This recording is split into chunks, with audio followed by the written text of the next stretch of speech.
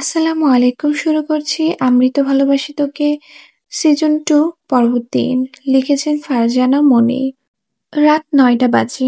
আবির বাড়ি ফিরে রুমে ঢুকে দেখলো মেঘ বিছানায় ঘুমিয়ে আছে। মেঘকে এত তাড়াতাড়ি ঘুমিয়ে যেতে দেখে আবির মেঘের কপালে, গালে, গলায় হাত দিয়ে দেখলো জ্বর আছে কিনা। না, জ্বর নেই। আবির ফ্রেশ হয়ে এলো। এসেই দেখে মেঘ ঘুমাচ্ছে, তাই সে নিচে চলে গেল। নিচে মালিহা খান, হালিমা খান, আকলিমা খান সবাই একসাথে গল্প করছে। পাশেই মিম বসে টিভি দেখছে। আদি মাঝে মাঝে মিমের হাত থেকে রিমোট কেড়ে নিচ্ছে। সেটা নিয়ে আবার দুই ভাই বোন মারামারিও করছে। আবির সবাইকে এক নজর দেখে রান্নাঘরের দিকে গেল। কফির জন্য গরম পানি বসাতে যাবে, তখনই মালিহা খান ডাক দিলেন। বললেন, কিরে আবির, কখন আসলি? আর আমরা সবাই এখানে থাকতে তুই কেন কফি করতে যাচ্ছিস? আবির বলল, সমস্যা নেই আম্মু, তোমার গল্প করো, আমি করে নিতে পারবো। এই কথা শুনে মালিহা খান সকলের সাথে আবার গল্পে মনোযোগ দিল। আবিরকে নিচে দেখে মিম আর আদি কিছুটা শান্ত হয়ে গেছে। আবির তার মন মতো কফি বানাচ্ছে। কফি হাতে উপরে যাওয়ার সময় বলল, আম্মু, মেঘ কি রাতে খেয়েছে? মালিহা খান বলল, না, সন্ধ্যাবেলা বলল ভালো লাগছে না, তাই উপরে চলে গেছে। আচ্ছা ঠিক আছে, ওর খাবারটা প্লিজ উপরে পাঠিয়ে দাও। আকলিমা খান বলল, আবির তুমি উপরে যাও, আমি নিয়ে আসছি। তোমারটাও কি উপরে নিয়ে আসবো? না কাকিমণি, আমি একটু পর নিচে এসেই খেয়ে নিব। বলে আবির সিঁড়ি বেড়ে বড় বড় কদম ফেলে উপরে চলে গেল। মিম আর আদি এতক্ষণ মনে হয় নিঃশ্বাস বন্ধ করে রেখেছিল। আবির যাওয়ার একটা দীর্ঘ নিঃশ্বাস ফেলে দুজনে আবার রিমোট নিয়ে কাড়াকাড়ি শুরু করেছে। এই পর্যায়ে আকলিমা খান ধমকের সুরে বলল, এখনই টিভিটা অফ করে দে, যা খেতে যা। মিম আর আদি দুজন দুজনকে ভেঙচি কেটে খাবার টেবিলে গিয়ে বসলো।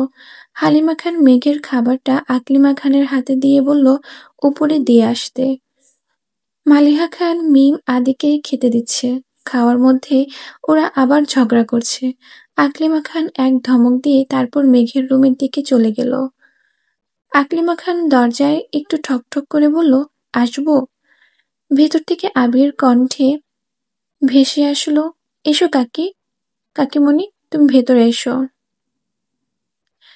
আকলিমা খান দরজা ঠেলে ভিতরে প্রবেশ করে দেখল আবির খাটের একপাশে হাতে ল্যাপটপ নিয়ে অফিসের কাজ করছে। পাশেই মেঘ বিভোরে ঘুমাচ্ছে। আকলিমা খান পাশের টেবিলে খাবারটা রেখে মেঘের মাথায় হাত বুলিয়ে দিয়ে বলল, আবির, ওকে ডেকে খেয়ে নিতে বলো, না খেয়ে ঘুমাতে দিও না। আবির শান্ত কণ্ঠে বলল, ঠিক আছে কাকিমণি। আকলিমা খান চলে যেতে আবির মেঘের মাথায় হাত বুলিয়ে বলল, ম্যাম, শুনতে পাচ্ছেন? মেঘ কিছুটা নড়েচড়ে অন্যদিকে ফিরে আবার ঘুমিয়ে গেল। আবির মোহনীয় কণ্ঠে আবারও বলল, ম্যাম। মেঘ একটু নড়েচড়ে সেই চিরচেনা কণ্ঠে জবাব দিল, হুম। আবিরের ডাকে মেঘের ঘুম না ভাঙায় আবির মেঘকে কোলে তুলে বেলকনিতে সোফাতে নিয়ে বসালো। হঠাৎ মেঘ চোখ খুলে হতভম্ব হয়ে গেল। আবির কখন এলো? আর সে সোফাতে কি করছে? আবির শান্ত দৃষ্টিতে মেঘের হতভম্ব মুখের পানে তাকিয়ে আছে। মেয়েটা একটু পাগল, না, অনেকটাই পাগল। পাগল না হলে কেউ সোফায় কিভাবে আসলো সেটা নিয়ে এখনো ভাবতে বসেছে। আবির হাসল। হঠাৎ আবিরের হাসি মৃদু শব্দে মেঘের ধ্যান ভাঙল। আবিরের দিকে তাকিয়ে বলল, হাসছেন কেন? আবির বলল, ভাবছি। কি ভাবছেন? ভাবছি তোর মতো আরেকটা বউ থাকলে আমার পাবনা যাওয়ার কেউ আটকাতে পারবে না। মেঘ চোখ গোল গোল করে আবিরের মুখের পানে তাকিয়ে আছে। কি বলছে এসব আবির ভাই? আর আরেকটা বউ? এইসব ভেবে মেঘের মুখশ্রী কালো আধার ঢেকে গেল। আবির আবারও হাসলো, বলল, সাধে আমি তোকে তার কাটা বলি? মেঘ গাল ফুলে অন্যদিকে তাকিয়ে আছে। আবির খাবার মেঘে মুখের সামনে ধরে বলল, অনেক কথা হয়েছে, এবার তো খেয়ে নে। মেঘ কিছু বলছে না, বেলকনির বাইরের দিকে তাকিয়ে আছে। আবির মেঘের চিবুক ধরে টেনে তার দিকে ফিরালো। কিন্তু এ কি, এত সামান্য ব্যাপারে মেঘ কেন কান্না করছে? আবির শুনেছে এই সময় নাকি মেয়েদের মুড সুইং অনেক হয়। তাই কি মেঘ এমন করছে? আবির মেঘকে কাছে টেনে বুকে জড়িয়ে ধরল, বলল, সরি মেম, প্লিজ রাগ করেন না। মেঘ আবিরের বুকে মাথা রেখে ফুপিয়ে ফুপিয়ে কেঁদে দিল। একে কিছুটা শান্ত করার পর আবির মেঘকে খাইয়ে দেওয়া শুরু করলো। আজকাল মেঘ কিছুতেই খেতে চায় না, সবকিছুতেই অনীহা দেখায়। তাই ওকে খাওয়ানোর দায়িত্বটা আবিরের হাতেই নিল। আবিরের এত যত্নের কারণে বাড়ির বাকিরাও একটু নিশ্চিন্তে থাকে। অবশ্য 2 দিন আগেও আবির মেঘের অসুস্থতা নিয়ে কিছুই জানতো না। মেঘের খাওয়ার অনীহা দেখে আবির খাইয়ে দিত। আবির মেঘকে খাইয়ে দেওয়া শেষে বিছানায় শুয়ে দিয়ে বলল, এখানে চুপ করে শুয়ে থাকো, আমি নিচে যাচ্ছি। মেঘ আবিরের এক হাত ধরে টেনে বলল, প্লিজ তাড়াতাড়ি আসবেন, আমার একা একা ভালো লাগছে না। আবির একটু হাসলো, বলল, ডিনার করেই চলে আসবো। বলে আবির মেঘের মাথায় হাত বুলিয়ে রুম থেকে বের হয়ে গেল। নিচে যেতে যেতে তানভীরকে কল দিল। তানভীর বলল, আসসালামু আলাইকুম ভাইয়া। ওয়ালাইকুম আসসালাম, কেমন আছিস? ভাইয়া তুমি বড্ড অদ্ভুত, প্রশ্ন করো তো। মাত্র কয়েক ঘন্টার আগেই তো আমাদের দেখা হলো, এর মাঝে খারাপ কিভাবে থাকবো? আগের মতোই ভালো আছি, আলহামদুলিল্লাহ। আবির বলল, যেতে কোনো অসুবিধা হচ্ছে না তো?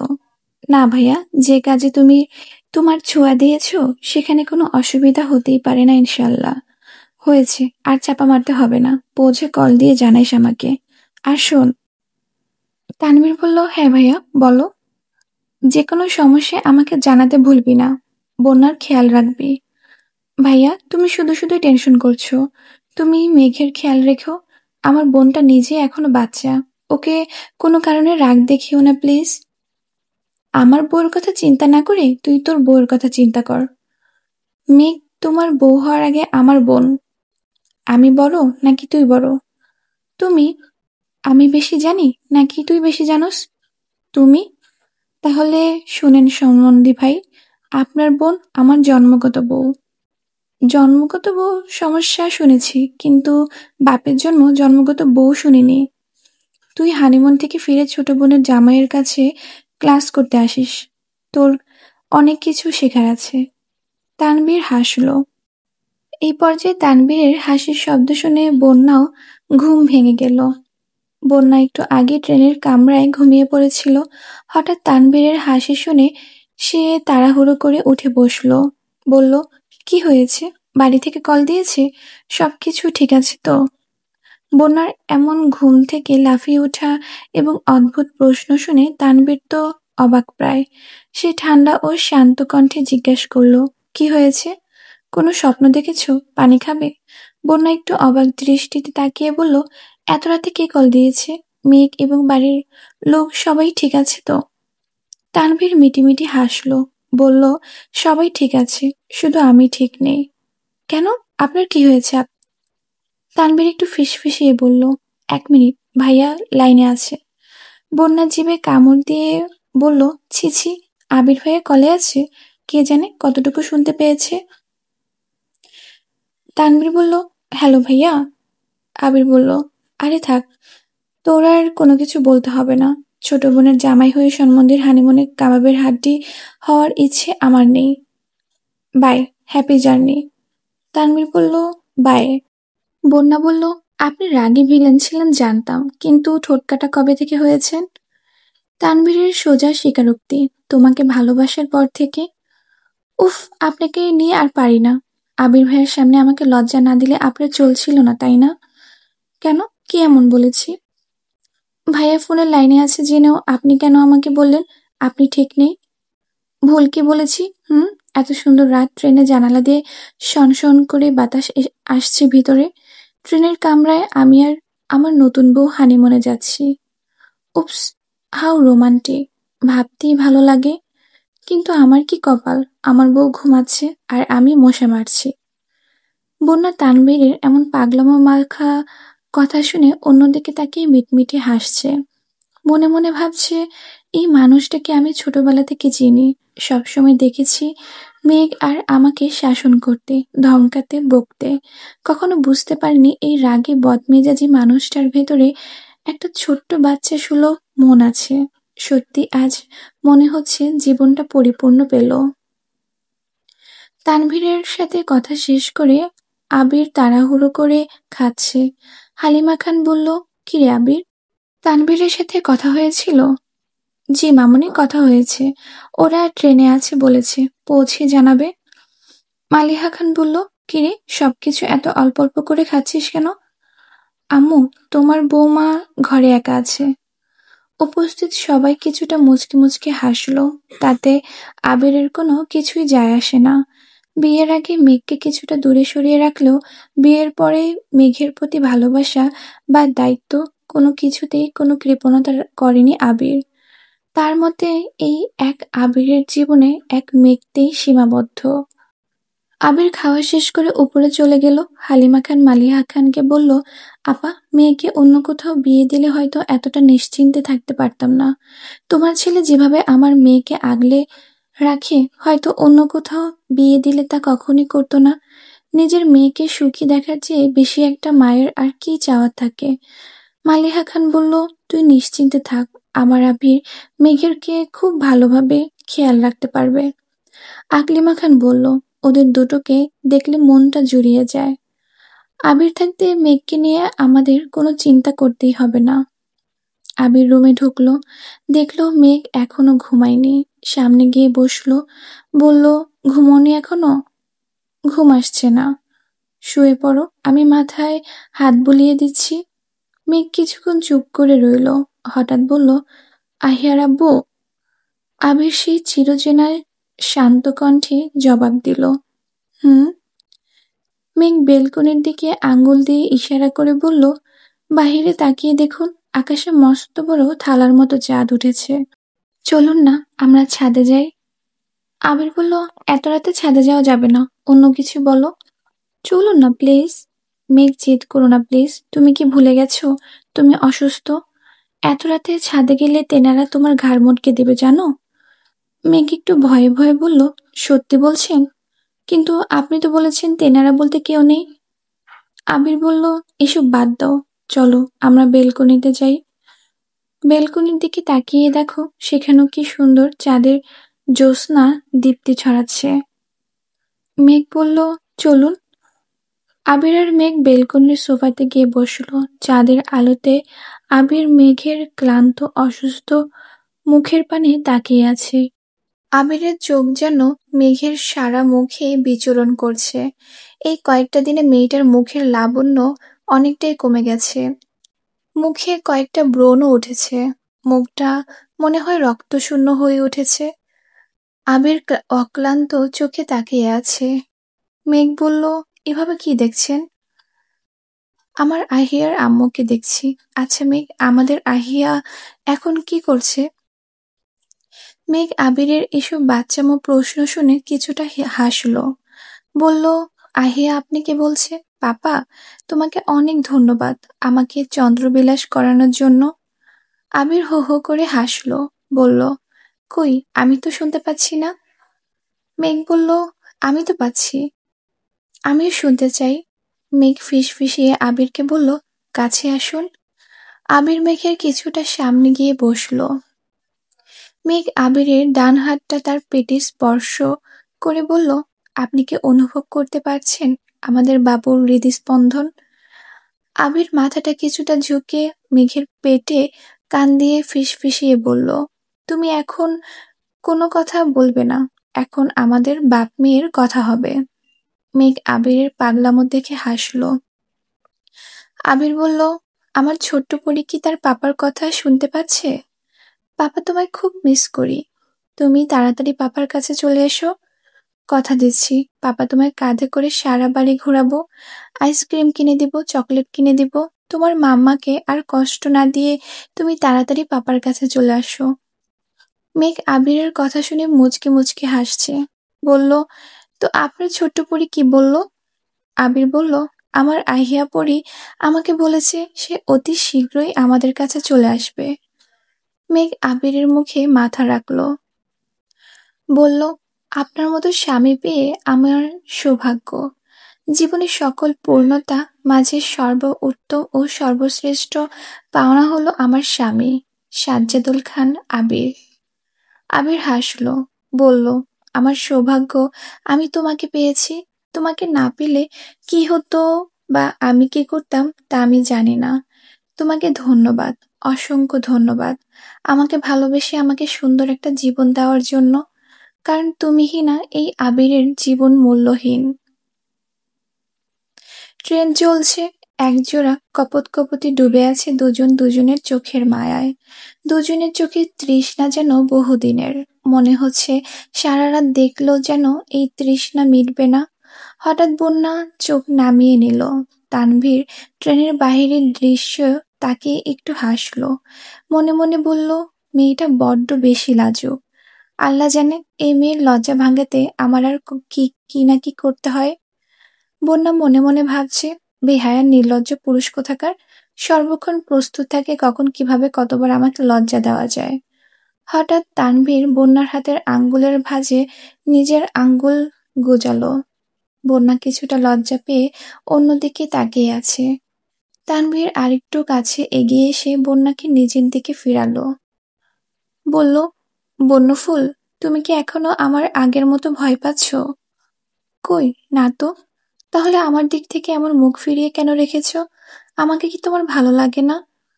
বন্যা তানভীরের ঠোঁটে আঙ্গুল দিয়ে কথা আটকে বলল, এসব কি বলছেন? আমি আপনাকে ভীষণ ভালোবেসে বিয়ে করেছি। আপনি যা ভাবছেন তেমন কিছুই না। তাহলে? তাহলে কিছুই না বলেই বন্যা মাথাটা নিচু করে বসে আছে। তানভীর এক হাত দিয়ে বন্যার থুতনি ছুঁয়ে মুখটাকে উঁচু করে বলল, বন্যা, আমি জানি আমি একটু রাগী, বদমেজাজি।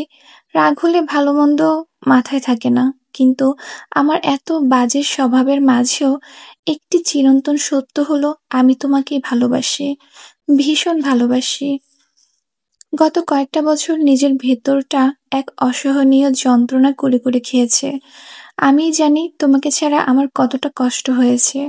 ভাইয়াকে ছাড়া আর কাউকে কিছু বলতেও পারিনি। যখন তোমার কথা খুব মনে পড়তো তখন ছুটে যেতাম তোমার ভার্সিটিতে, তোমার গলিতে, তোমাকে এক নজর দেখার অপেক্ষায়। বহুবার মোকলেস দাদার বহু প্রশ্নের সম্মুখীন হয়েছি। মাথার ব্রেন বলতে যে কোনো সময় তোমার বাড়ির কারোর কাছে হয়তো ধরা পড়ে যাব, কিন্তু মন মানত না। ছুটে যেতাম তোমার গলিতে, যদি একবার দেখা পাই। মাঝে মধ্যে সৌভাগ্যবশত পেয়েও যেতাম। বন্যা নির্বাক, অবাক দৃষ্টিতে তানভীরের মুখের পানে তাকিয়ে আছে। চাঁদের আলোয় তানভীরকে দেখতে অনেক মোহনীয় লাগছে। ট্রেনের ঝনঝন শব্দ, জানালা দিয়ে আসা মৃদু মৃদু বাতাস, চাঁদের জ্যোৎস্না আলো পরিবেশটাকে আরো মধুর করে তুলেছে। বন্যা বলল, আপনি কি আমায় অনেক আগে থেকেই ভালোবাসেন? তানভীর চুপ। কত আগে থেকে? তানভীর বলল, প্রায় 4 বছর হলো। বন্যা তো অবাক, বলল, তার মানে এই 4 বছর যাবৎ আপনি আমায় নজরে নজরে রেখেছেন? তানভীরের সহজ স্বীকারোক্তি, হুম। শুধু আমি না, তোমার আশেপাশের কারো অনেকেই আছে যাদেরকে বলা আছে তোমার উপর নজর রাখতে। তুমি কোথায় যাচ্ছ, কি করছো, কোনো ছেলের সাথে মিশছো কিনা তারা আমাকে বলতো। এবার বন্যা একটু রাগ করলো, বলল, অন্য ছেলেরা আমার দিকে নজর রাখতো? তানভীর বলল, প্লিজ রাগ করো না, ওরা কেউই তোমার দিকে খারাপ নজরে দিত না, জাস্ট তোমার খেয়াল রাখতো ভাইয়ের হবু বউ হিসেবে। তাছাড়া তোমার দিকে কেউ খারাপ নজর দিলে তাকে আমি পিটিয়ে আধমরা করে ছাড়বো, যেমনটা তামিমকে করেছিলাম। এবারের কথাটা তানভীর একটু আস্তে আস্তেই বলল। বন্যা বলল, তার মানে তামিমের উপর আপনার আগে থেকে ক্ষোভ জিদ জমা ছিল, আর সেটার বহিঃপ্রকাশ ঘটেছিল আবির ভাইয়ের অ্যাক্সিডেন্টের দিন? তানভীর বলল, হুম। বন্যা ফুঁস করে দীর্ঘশ্বাস ছেড়ে বলল, কি হিংসুটে ছেলে রে বাবা। তানভীর হাসলো, বলল, তুমি আমার একান্তই আমার, যে তোমার দিকে তাকাবে তার চোখ আমি তুলে নেব। ভুলে যেও না, রাজনীতি ছেড়েছি, কিন্তু মারপিট করা আমার রক্তে এখনো রয়ে গেছে। বন্যা বলল, আমি কি শুধু শুধুই আপনাকে ভিলেনের সাথে তুলনা করি? আপনি তো ভিলেনই, হিংসুটে ভিলেন। মেঘ আবিরের কোলে মাথা রেখে বেলকনির সোফাতে শুয়ে আছে। তার নজর ওই আকাশের পানে, কিন্তু আবিরের নজর তার কাদম্বিনীর মুখে, চোখে, ঠোঁটে। আবির মেঘকে দেখছে আর মেঘের মাথায় হাত বুলিয়ে দিচ্ছে। একটা সময় মেঘ ঘুমিয়ে পড়ল। আবির মেঘকে পাজাকলো করে তুলে বিছানায় শুয়ে দিল। কপালে একটা দীর্ঘ চুমু দিয়ে মেঘকে নিয়ে ঘুমিয়ে পড়ল। সকাল ৯টা বাজে। হালিমা খানের ফোনে তানভীর কল দিয়েছে। একে একে সকলের সাথে কথা হয়েছে, কিন্তু বাড়ির ৩ কর্তা আর আবির কোনো সকালেই অফিসে চলে গেছে। মেঘ এইমাত্রই নিচে নেমে এসেছে। বলল, আম্মু, কে কল দিয়েছে? ভাইয়া? হালিমা খান বলল, হ্যাঁ, নে কথা বল। মেঘ বলল, হ্যালো ভাইয়া, কেমন আছিস? ভালো, তুই কেমন আছিস? আলহামদুলিল্লাহ ভালো। বন্যা বেবি কই? এই তো কাছেই আছি, নে কথা বল। হ্যালো ননদিনী, কেমন আছো ভাবি আমার? ভালো, তুই কেমন আছিস? আর বাড়ির সবাই কেমন আছে? আলহামদুলিল্লাহ সবাই ভালো আছে। তোরা কখন পৌঁছেছিস? আমরা প্রায় মাঝরাতেই পৌঁছে গিয়েছি, কিন্তু এত রাত হওয়ায় বাড়িতে কল দিয়ে জানাইনি। সকালে কল দিলাম। মেঘ বলল, ও। তানভীর বন্যার কথা শুনে মিম দৌড়ে ছুটে এলো। বলল, মেঘাপু, ফোনটা আমাকে একটু দাও না প্লিজ, আমরা বন্যা ভাবির সাথে কথা বলবো। বন্যা ফোনের ওপার থেকেই ওদের চিল্লাচিল্লি শুনে বলল, মিম কি করে? মহারানী আজ কলেজে নেই, তাই মাত্র ঘুম থেকে উঠল। মিমের কাছে ফোনটা দে। হ্যালো বৌমনি, কেমন আছো? ভালো কুট্টি। ননদ, তুমি কেমন আছো? আমিও ভালো। শোনো বৌমনি। বলেন মহারানী। বান্দরবনের সুন্দর সুন্দর স্পটে ভিডিও করে আনবে। সেই ভিডিও নিয়ে আমি সোশ্যাল মিডিয়াতে পোস্ট করব। পাশ থেকে তানভীর বলে উঠল, ওরে পাকা মেয়ে, একবার বাড়ি ফিরি, তারপর মজা বোঝাবো। আদি এসে মিমের কাছ থেকে ফোনটা নিয়ে বলল, হ্যালো বৌমনি। বন্যা বলল, বলো ছোট দেবর। তুমি মিমাপুর কথা ছাড়ো, ওর কোনো কথাই তুমি শুনবে না। ও, তাই বুঝি, তাহলে কার কথা শুনবো? আমি আছি না, তোমার ছোট বর। বন্যার চোখ দুটো বড় বড় হয়ে গেল। কি বলছে এই পাকা ছেলে? পাশে তানভীর চিৎকার দিয়ে উঠল, কিরে আদি, শেষ পর্যন্ত কেঁদে কেটে আমার বউটাকে নিয়ে যাবি? বন্যা মৃদু মৃদু হাসছে আর বলছে, হিংসুটে বর আমার। আদি বলল, ভাইয়া, নিয়ে যাচ্ছি না তো, ভাগ করছি। তুমি বড় বর আর আমি ছোট বর। পাশ থেকে মেঘ আদির কান টেনে বলল, আজকাল বড্ড পেকেছিস তাই না? অপেক্ষা করেন, আবির ভাই বাড়িতে ফিরুক, তাকে জানাতে হবে। আবিরের নাম শুনতে আদি ছুটে পালালো। সবাই আদির কাণ্ড দেখে হাসছে। মিম গিয়ে সোফায় বসলো মেঘের পাশে। মিম টিভিও দেখছে, আবার গুনগুনিয়ে গানও গাইছে। মেঘ কপাল কুঁচকে মিমের দিকে তাকিয়ে আছে। সেদিকে মিমের কোনো খেয়াল নেই। মেঘ মাঝে মাঝে খেয়াল করে মিম আজকাল একটু বেশি বেশি খুশি থাকে। মেঘ বলল, কিরে, তোর খবর কি? কিসের খবর? কয়টার খবর? তোকে দেখে মনে হচ্ছে ডালমে কুচ কালা হে।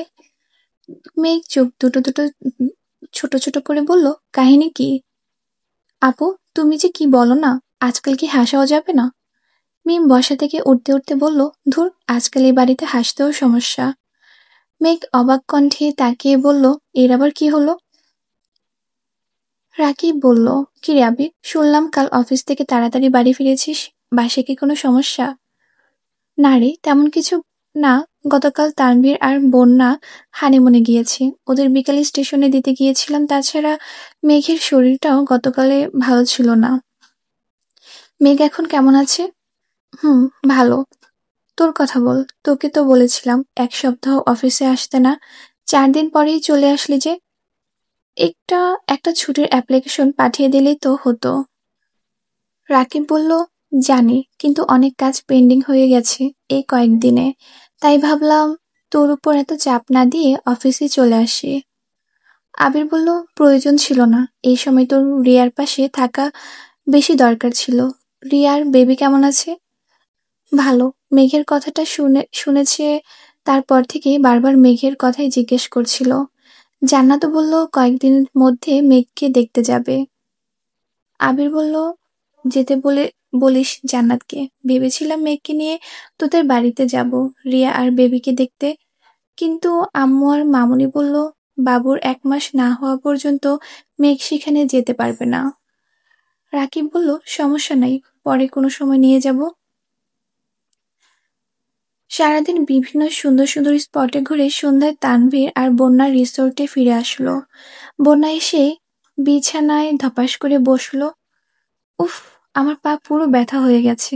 তানভীর একটু দুষ্ট হেসে বলল, এখনই পা ব্যথা হয়ে গেছে? রাত তো এখনো বাকি।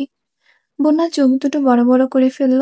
তারপর একটু ঢোক গিলে মিনমিনিয়ে বলল, নির্লজ্জ বেহায়া পুরুষ মানুষ। আল্লাহ, এই লোকটা! তুমি আর কত রকমের রূপ দেখাবে আমাকে?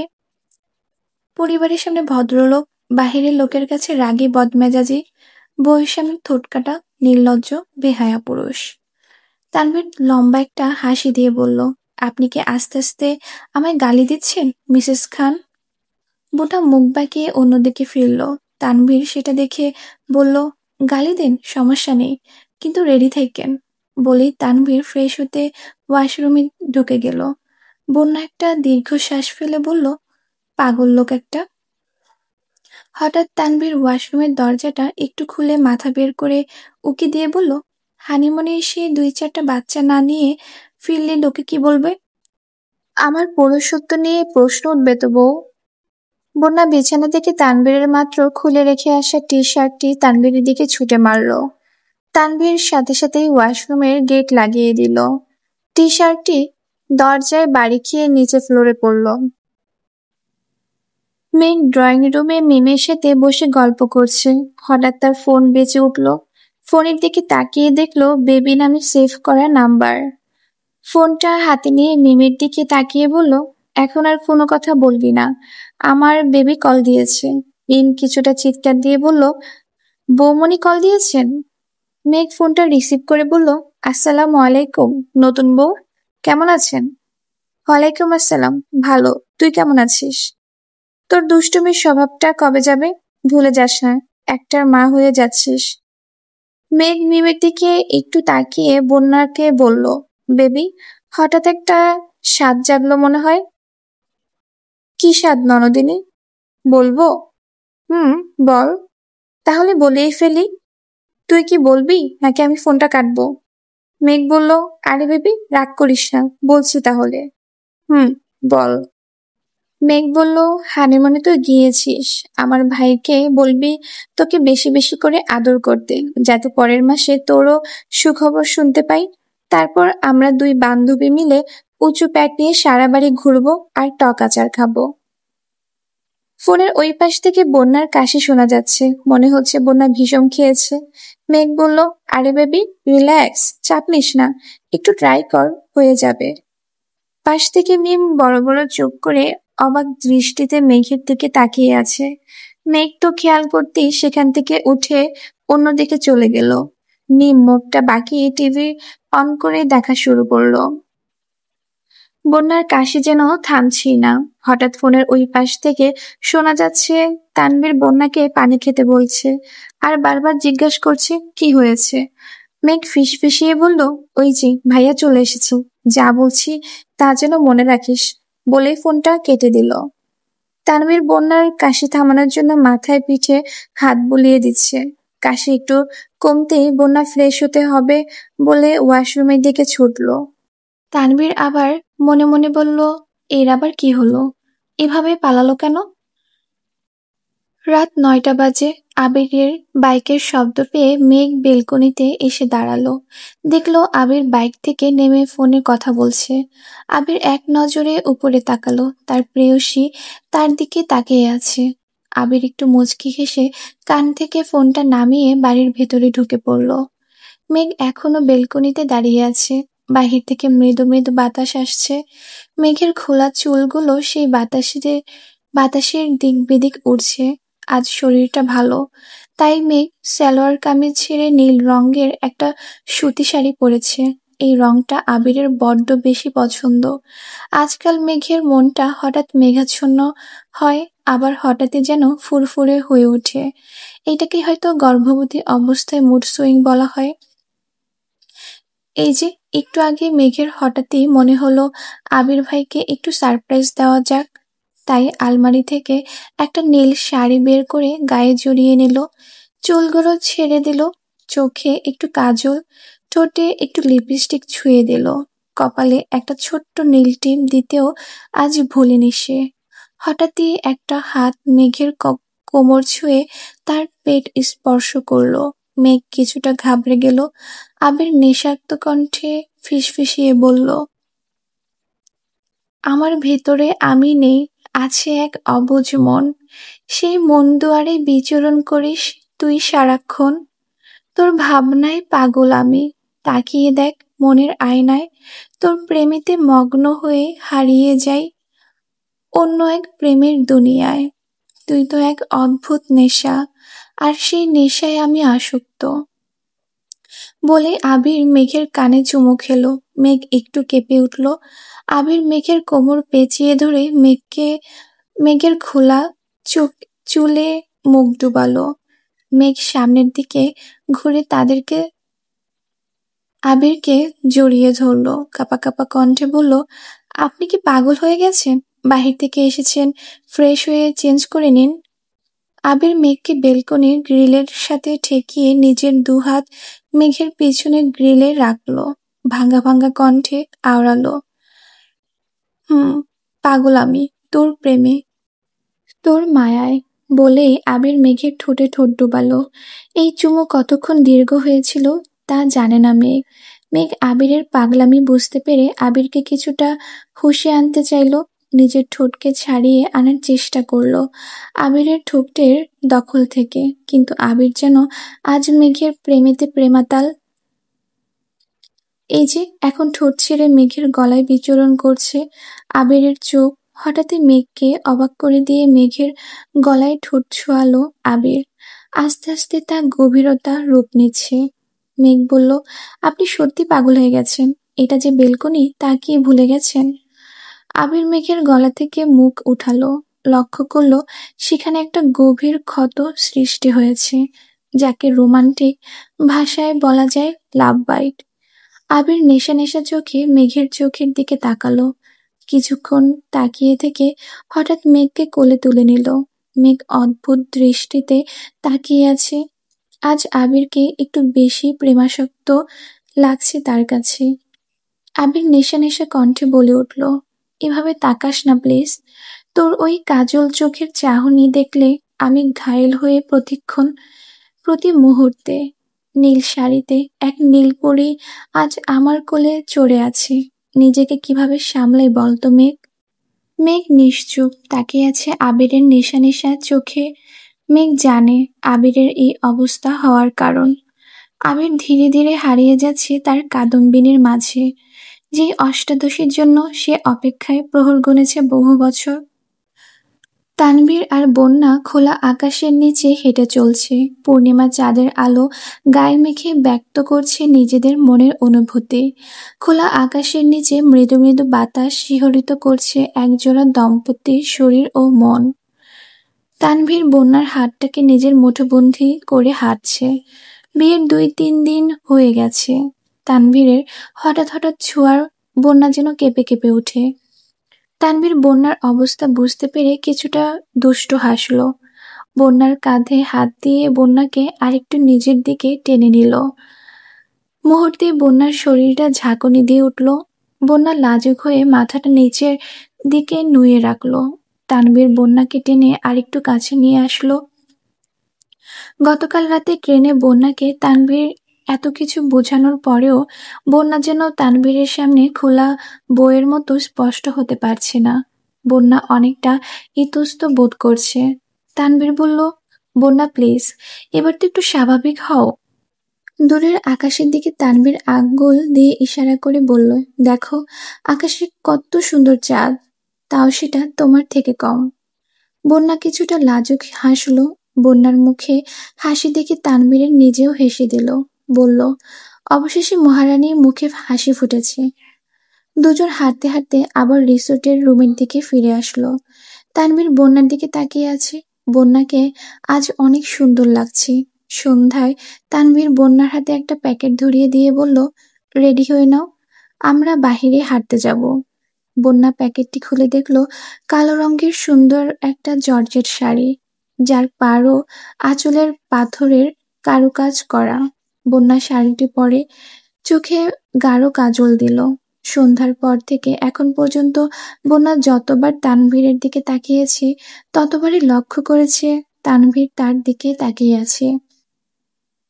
এসব ভাবতে ভাবতে কখন যে বন্যা রুমের সামনে চলে এসেছে তা তার খেয়ালই নেই। হঠাৎ পায়ের সামনে কোনো কিছু নাড়াচাড়া পেতে মাথা ঝুঁকে নিচে তাকালো। যা দেখলো বন্যা তো চক্ষু চড়ক গাছ। তানভীর বন্যার সামনে হাঁটু গেড়ে বসে ওর শাড়ির কুচি ঠিক করছে। কুচি ঠিক করা শেষে তানভীর উঠে দাঁড়িয়ে বলল, ভাবনা চিন্তা শেষ হলে এইবার রুমে চলেন, না হলে কোলে কোলে তুলে নিয়ে যাব। কোলে তোলার কথা শুনে বন্যা তাড়াহুড়ো করে রুমে দরজা ধাক্কা দিল ভেতরে যাওয়ার উদ্দেশ্যে। কিন্তু এ কি! হঠাৎই বিস্ময় বন্যার মুখটি হা হয়ে গেল। বন্যার মুখে হাত দিয়ে আস্তে আস্তে রুমের ভিতরের দিকে ঢুকলো। পুরো রুমে ছোট ছোট প্রদীপ দিয়ে সাজানো, চারিদিকে প্রদীপের শিখাগুলো জ্বলজ্বল করছে। রুমের পরিবেশটা কি যে স্নিগ্ধ লাগছে তা ভাষায় প্রকাশ করা সম্ভব না। তানভীর পেছন থেকে এসে বন্যাকে জড়িয়ে ধরল। তার হাত দুটো বিচরণ করছে বন্যার কোমল অদরে। বন্যার পেটটা তানভীরের বুকের সাথে মিশে আছে। তানভীর বন্যার গালের সাথে গাল ঠেকিয়ে বলল, এত রোমান্টিক পরিবেশও কি তোমার প্রেম পাচ্ছে না বউ?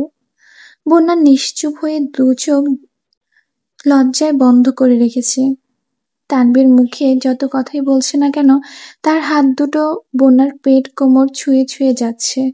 এতেই বন্যার হাল বেহাল হয়ে যাচ্ছে। বন্যা কাচুমাচু করে বলে উঠল, ছাড়ুন আমায়, বলেই সামনের দিকে পালাতে চাইল। তানভীর খপ করে বন্যার শাড়ির আঁচল টেনে ধরল। শাড়ির আঁচলটা হাতে পেঁচিয়ে পেঁচিয়ে বন্যার দিকে এগিয়ে গেল। আস্তে আস্তে তার ঘাড়ে ঠোঁটের স্পর্শ দিল। বন্যা মুহূর্তেই কেঁপে উঠল। বন্যার কাঁপুনি টের পেয়ে তানভীর বন্যার কোমর ধরে টেনে নিজের সাথে আরেকটু মিশিয়ে নিল। বন্যা নিজেকে আর সামলাতে না পেরে পেছনে ফিরে তানভীরকে শক্ত করে জড়িয়ে ধরল।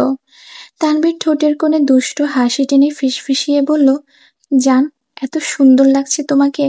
আমি তানভীর নিজেকে সামলাতে ব্যর্থ। বন্যার লজ্জায় মনে হচ্ছে তানভীরের বুকের ভিতর ঢুকে যাচ্ছে।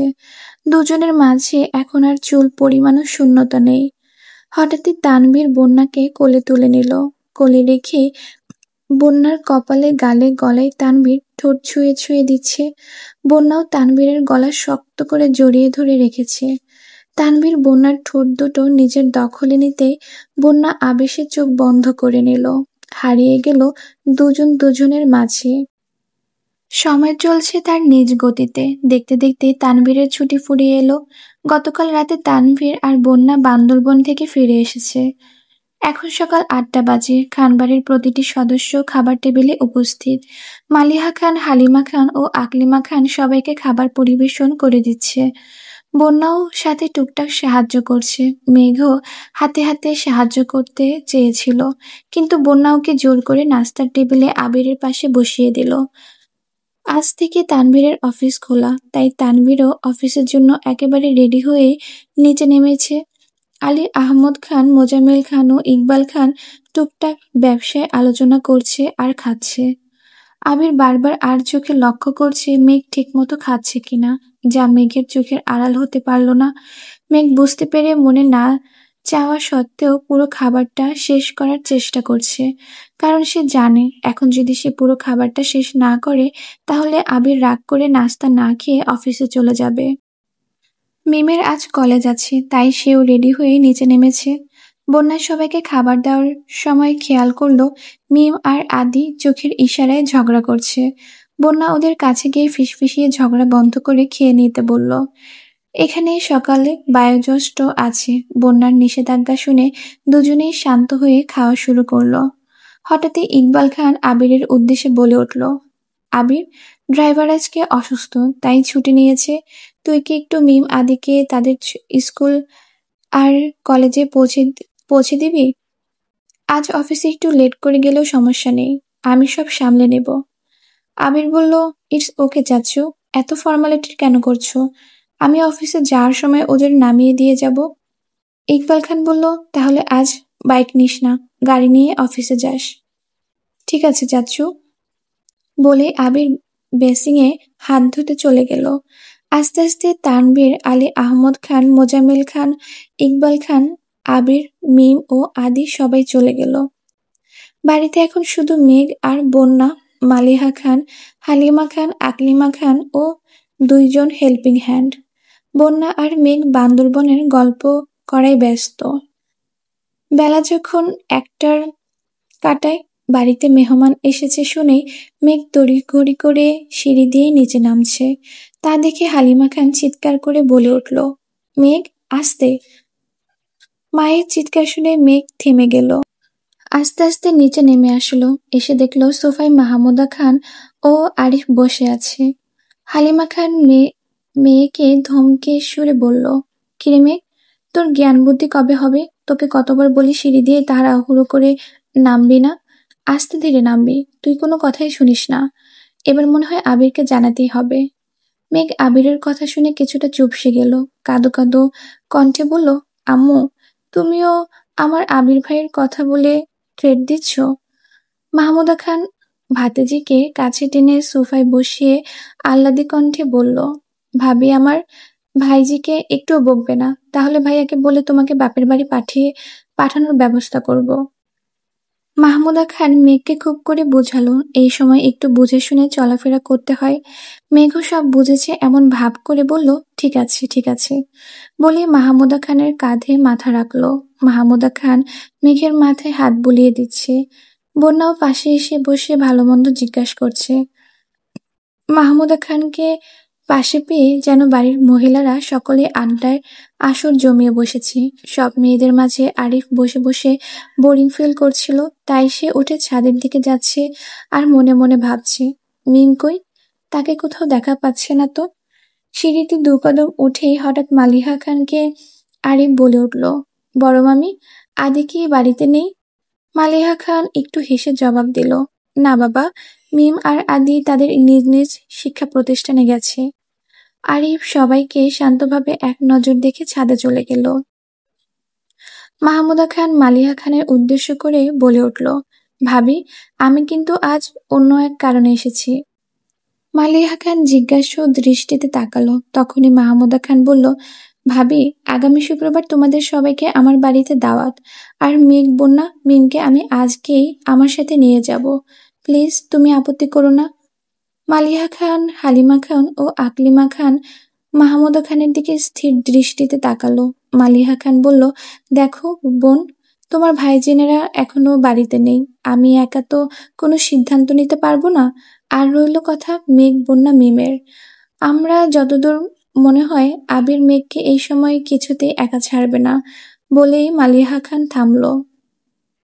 মাহমুদা খান মুখে হাসি টেনে বলল, আবিরের সাথে আমি কথা বলে নেব, প্রয়োজনে আবির সেখানে থেকেই কয়েকটা দিন অফিসে যাবে। হঠাৎই মেঘের ফোনে কল বেজে উঠল। সবার ধ্যানময় দৃষ্টি গেল মেঘের ফোনের দিকে। দেখলো আবির কল দিয়েছে। মেঘ সবার মাঝখান থেকে উঠে গিয়ে সাইডে দাঁড়িয়ে ফোনটা রিসিভ করলো। হ্যালো, তোমায় কতবার বলবো ফোন ধরে আগে সালাম দিবে? ও সরি, আসসালামু আলাইকুম। ওয়ালাইকুম আসসালাম, কি করছো? বসে আছি, সবাই একসাথে। এই সময় সবাই একসাথে? হ্যাঁ, ফুপি আর আরিফ এসেছে। ফুপি এসেছে? কই, আমাকে তো কিছু জানালো না। আর যে আজকে আসবে আমাদের বাড়িতে, কোনো সমস্যা? আমি কি আসবো? মেঘ আবিরের চিন্তিত অবস্থা দেখে বুঝতে পারল। আশ্বাস দিয়ে বলল, চিন্তা করবেন না, কোনো সমস্যা নেই। ফুপি আমাদের সবাইকে শুক্রবারে দাওয়াত করতে এসেছে। ফুপি চায় আমি, বন্যা আর মিম আজকেই তার সাথে চলে যাই। কথাটা শুনে আবির কিছুক্ষণ চুপ করে থেকে বলল, আম্মুকে বলেছে?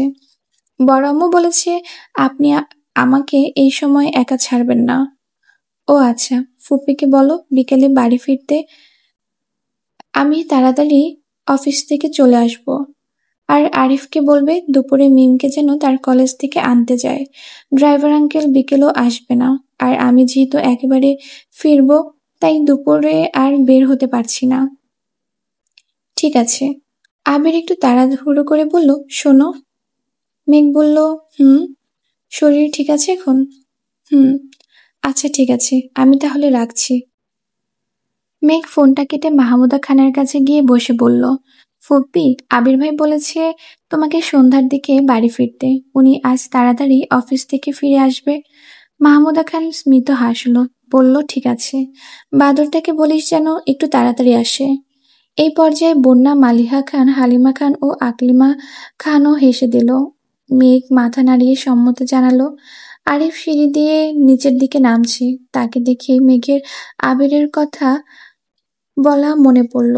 মেঘ বসা থেকে উঠে আরিফের দিকে তাকিয়ে বলল, আরিফ, তুমি একটু কষ্ট করে মিমকে কলেজ থেকে আনতে যাবে? ড্রাইভার আঙ্কেল অসুস্থ, তোমার ভাইয়া একটু ব্যস্ত আছে, তাই দুপুরে যেতে পারবে না।